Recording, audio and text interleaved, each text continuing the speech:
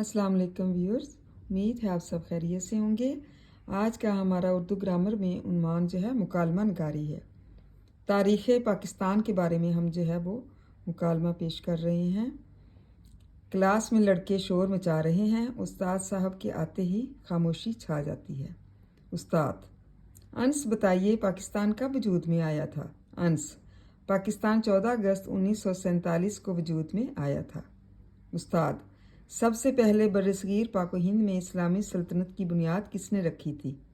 अंस: मोहम्मद बिन कासम ने बरसगीर में इस्लामी सल्तनत की बुनियाद रखी थी और बाद में आने वाले फातहीन के लिए सल्तनत महमूद गजनवी और मोहम्मद गौरी ने रास्ता हमवार किया था। उस्ताद: शाबाश। मोहम्मद बिन कासम ने किस सन में हिंदुस्तान पर हमला किया था? मतलब आज का हम इतना ही पढ़ेंगे कि क्लास में जब उस्ताद जाते हैं तो वो शोर मचा रहे होते हैं और जब वो चले जाते हैं क्लास में तो खामोशी छा जाती है। ज़ाहिर है सब खामोश हो जाते हैं और उस्ताद कहते हैं, उस्ताद पहले उनका हाल चाल पूछते हैं कि बच्चों बताओ आप सबका क्या हाल चाल है, सब ठीक ठाक हो, और फिर अपनी किताब पकड़ते हैं और मुकालमा नगारी के बारे में बताना शुरू कर देते हैं। पहले उसका मुख्तसर सा हवाला देते हैं, उसके बाद मुकालमा शुरू हो जाता है उस्ताद और शागिर्द के दरमियान। अंस बताइए, पाकिस्तान कब वजूद में आया था? मतलब वो उसके बारे में पूछते हैं कि पाकिस्तान कब वजूद में आया। अंस जवाब देता है, पाकिस्तान 14 अगस्त 1947 को कायम हुआ था।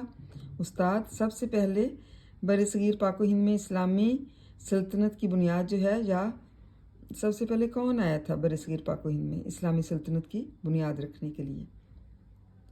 अंस: मोहम्मद बिन कासम ने बरसगीर में पूरे मतलब बरसगीर जो था पाक हिंद उसमें इस्लामी सल्तनत की बुनियाद रखी थी और बाद में आने वाले जो फातहीन थे, फतह करने वाले थे, सल्तनत महमूद गजनवी और मोहम्मद गौरी ने इसको संभाला था, रास्ता हमवार किया था, इनको संभाला था।